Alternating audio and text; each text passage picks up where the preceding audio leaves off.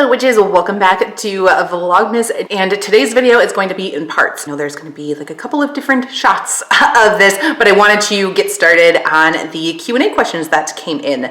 That I put up two different polls asking for questions just on, comments on videos and in anonymous question form, anything that was like personal, witchcraft related, whatever you guys wanted to know about. And I thought I would answer some of those today while I am doing my tasks, running my errands, doing my witchcrafty things. So let's get started with the first couple of questions. One of the things that I really wanted to get to was something that somebody asked during Vlogtober in October, and I was like, yes, I will make a video on that, and then I never did. So we're gonna get to that, and that is wanting to know which other YouTubers that I watch. And I have my phone here with all of my subscriptions, so I can share that information. And I'm going to do some witchcraft YouTubers and then some other content that I like to consume that has nothing to do with witchcraft. I'm going to do both.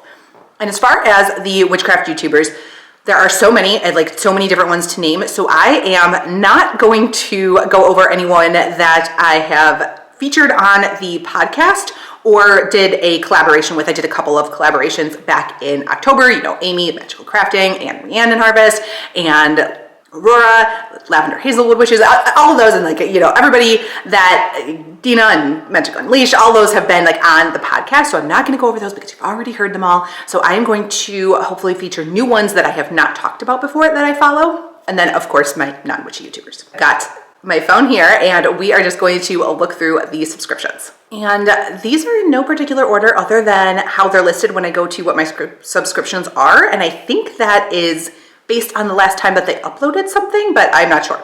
So the first one on here is someone I think I've mentioned on Instagram, but maybe not on YouTube, and that's Megan at Round the Cauldron. She does a podcast, a YouTube channel. She just had a couple weeks ago, had a video on changing up her YouTube content and creating a whole new channel of featuring other content besides just witchcraft and paganism. And it really resonated with that video of she was like, I am more than a pagan and more than a witch, and I am a little burnt out and I want to share the other things that I do in my life and the other hobbies and interests that I have. And I was like, love it. I'm here for it. I will follow you at your new channel. So all things Megan, she is just fantastic. The Woodland Witch, of course, I have talked all about the products and the things that she sells in her shop, and I featured the cleansing simmer pot there's so many different times. I love that. So I have talked about the Woodland Witch before, but maybe not as a YouTubers that I watch. So definitely the Woodland Witch. Ari, the Oak Witch. I think Ari hasn't posted in a little bit. I know the last thing that she did was a book review, but Ari started the Discord server that we have that's for witchy content creators. So that has been an awesome community that she started, and it's just so nice to be able to talk to other people that make YouTube videos or podcasts, just creating online content in general. So I can't thank Ari enough for starting that. I also follow Simply Witched, that's Hannah, and I've talked about Hannah's book before, and I featured spells from Hannah's book on Patreon. That is the Magic of Birthdays, but I do in fact follow her witchcraft channel as well. I also follow Autumn, the redheaded witch, and I know she is good friends with Hannah. They have done videos together, which has been a lot of fun, and Autumn posts a lot of great folk witch content. And I think everyone else on my list are people that I have featured on the podcast or that I have done collaborations with. So those are my witchy YouTuber subscriptions. Heading over to content that is not witchcraft related is mostly books. I follow lots of bookish content to figure out what I want to read. And the main ones that I follow are Reads with Rachel. She is great, fantastic, so funny. And the videos that she does that she features her husband in and gets his opinion on some of the more ridiculous romantasy books that are out there are just great. Carlos's gem. So I love Reads with Rachel. And the fun thing about her is we don't actually often agree on the final rankings of books. We have very different tastes in content, but she has had some gems that she's shared, and I just get so much information from her. But I like hearing different opinions because it makes me think more critically about a book. Oh, there were problems with that. I still gave it 5 stars. It's not going to change my mind, and I will still read other books in that genre or by that author, but it makes me think more critically, and things that I missed or overlooked in my enjoyment of the book. She does not like Sarah J Maas, and that I own every single Sarah J Maas book. So I just like getting her opinion on things, and I think just that's a fun style of presenting books. And I also follow Carrie Can Read, whose tastes align much more with mine. So when Carrie posts a book review or like monthly wrap up of what she read, if there's anything that she gave 4 or 5 stars to, I know that I will like it too because her tastes align more with mine. And then I also follow Jess Owens, and that is more for a little bit for like book reviews, but also for, she does really great like book community content of like sort of the tea of what's going on. So when there's like authors or publishers like doing something shady or just sort of like thoughts and opinions on like what's happening in the publishing world, I follow her for that content. She's got lots of great information there. And from there, I think the other ones that I follow have nothing in common. I follow Hannah Alonso for anti-MLM content. I am definitely anti-MLM, and she has the best presentation of that content. I follow Rebecca at Dollar Tree Dinners. I don't know why. I don't shop for my groceries at Dollar Tree, but I just love like the way that she presents information and how simple she makes the recipes and accessible. She just has really good recipes. They always turn out great, even though I am substituting the ingredients for things that I get at my local grocery store just because I'm not by a Dollar Tree. But yeah, tons of great information from her and really fun videos. I follow Life Plus Cindy, which is, I guess, like a little bit of witchcraft content. It's just like lifestyle vlogging and her journey dealing with life stuff, mental health stuff.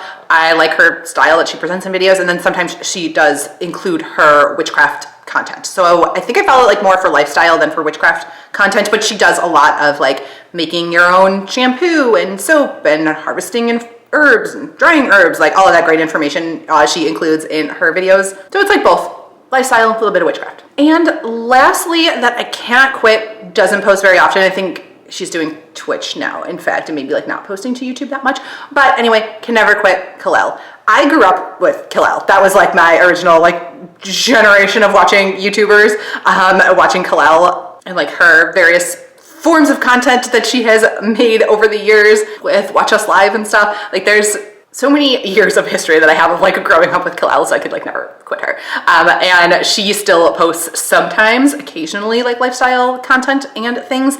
And I just think she has a really soothing voice and it's fun to listen to her. But I don't have a Twitch account, so like I don't follow her on that stuff. But she is still sometimes posting that content to YouTube. So that is everything that is on my subscription list. Let me know if we follow any of the same content or if that answered your question. I know it was just a general like, what other witchy YouTubers do you subscribe to? And I just like went really far with that answer. So let me know if we have anything similar on our watch list. And also if there is somebody that you think has great content that's, you know, like similar to the stuff that I like to watch and I did not name them, then do let me know in the comments because I always have room for watching more channels. Why not? Another fun question I got is, what is the most ridiculous thing, as in funny, that I've done as a beginner in the witch community? Which is a great question, and if you have an answer to that as well, I would love to know.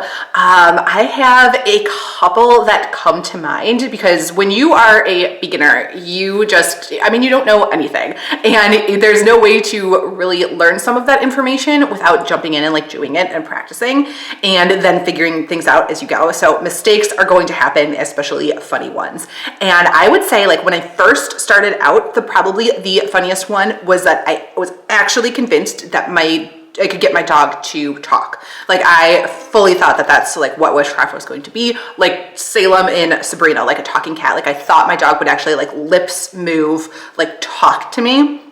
Now I know that I could do like a psychic sort of communication with my dog and get like a little bit of information, like images and stuff, but not, you know, like sentences. But yeah, when I was a beginner, I was like, yes, I want to do witchcraft and I want to make my dog talk to me. Like that was, I was convinced. I mean, I was young, but I was like, yes, this is going to work. I was like so dedicated, and obviously that did not work because that is just against our current laws of physics. So that just was not going to happen. But I think like that was probably the funniest one, just because of like my sheer determination, and like I was absolutely convinced that I was right, and there was such a sense of delusion there, and I love it. I don't think I've ever been so confident in something else in my life, so I think that's probably the funniest one. But I think there's been a few others where like looking back and like knowing more information, I can look back at that and be like, why did I think that was going to work? Like, why would I think that was effective? But the talking dog like tops the list. And I want to like talk about another one. I don't know that this is funny, but it is something ridiculous that I did, and that was using correspondences and things that like other people told me to that I hated, and then wondering why things didn't turn out like the way I wanted to. For example, rose and patchouli, and I think frankincense top my list of scents that I really don't like. Like rose is okay. I hate patchouli. But I don't really like resonate with the scent of like rose the way other people do. Like to me, it's just kind of like dirt. I don't know. Like patchouli is definitely dirt, but like rose is just not really my scent. And there are a lot of spells that call for rose or patchouli, and they have a ton of correspondences. There are a lot of ways to use them. And then when I was starting out, I was just sort of doing like what other people said or like what books said, and so those were coming up over and over, and I was wondering like why my spells were not working out like at all or not working the way I wanted to. And I was like, I have such like a visceral, like gross reaction to patchouli. Like why would I be using it? Because then my emotions and my associations with that and just like thinking of like earthworms just completely overran anything else that I was trying to do. So the correspondences of patchouli just don't match for me. And same with rose. I just don't have the same reactions to it that other people do, and that influences me heavily.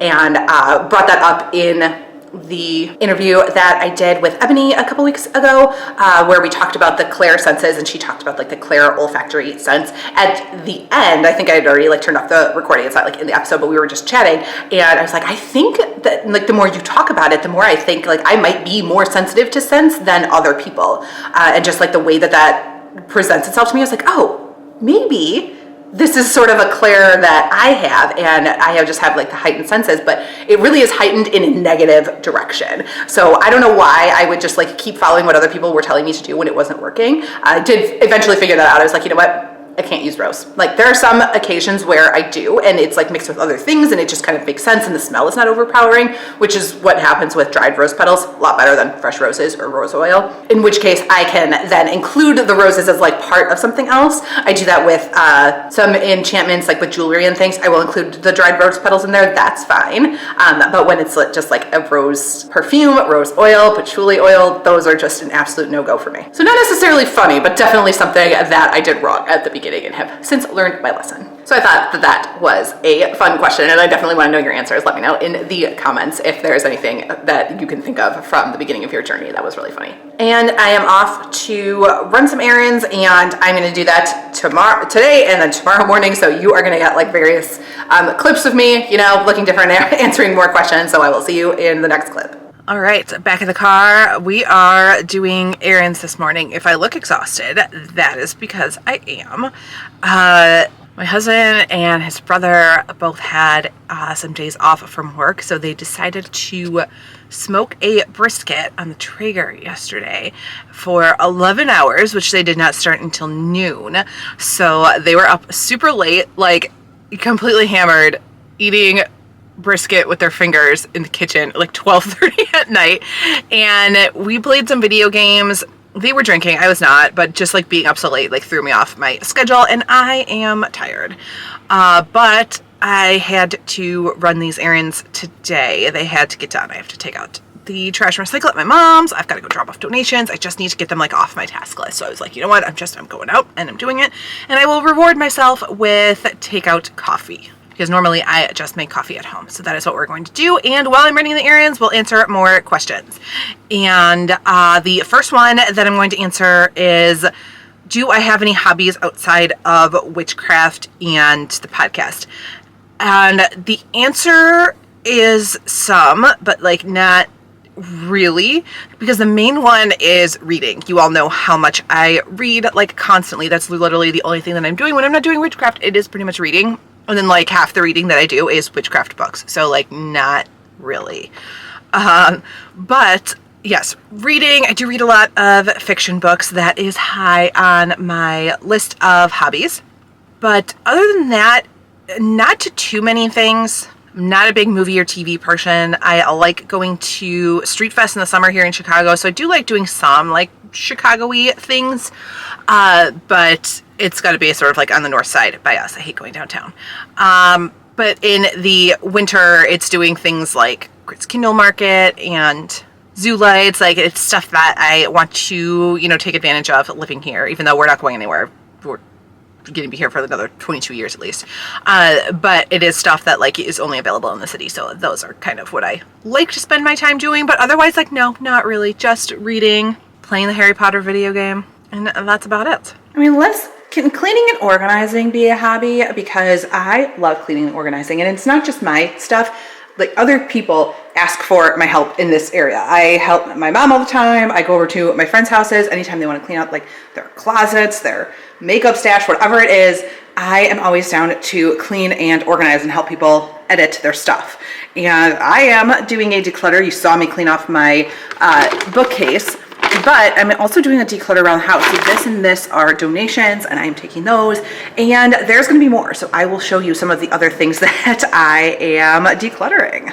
One of the other questions that I got was about scary things happening in witchcraft, and have I had anything scary happen as far as like witchcraft, spirits, interactions between the two? And the answer is like no, not really. I've had stuff happen like at night, so that could like potentially be scary because it's at night, where there's been like spirits or something just like making noise. That tends to happen because spirits are more active at night, but also like we're finally quieted down, so we just like notice that they're around. But I am a horrible monster if I don't get like my 8 hours of sleep. Like today, I'm exhausted because I didn't get my proper sleep last night. So I put a stop to that real quick. They were like making noises at like 2 o'clock in the morning. I was like, listen here, no, I'm in charge in this house. I pay the bills. You are not paying this mortgage. So we're going to put a stop to that right now, because I guarantee if you interrupt my sleep, I will be the scariest thing in this house. So absolutely not. Stop it. Otherwise we're going to, you know, kick this out, and you will not be here anymore. You will not be welcomed. We'll do a whole banishing, and it's going to be a problem. So just behave yourself. And everything's been fine since then. So you just have to lay down the law a little bit. And that's perfectly fine to do. It's just like establish your boundaries. But no, I haven't had anything where I like felt like it was really like dangerous or mean or like something bad was going to happen. I haven't felt that at all, thankfully. My errands are done. I'm able to head back home. I've got my coffee. And I even went to Whole Foods and put gas in my car, so I'm feeling very accomplished today. And the last question that I was going to tackle is, do I have any pet peeves, or what are my pet peeves? And it did not specifically say like witchcraft only.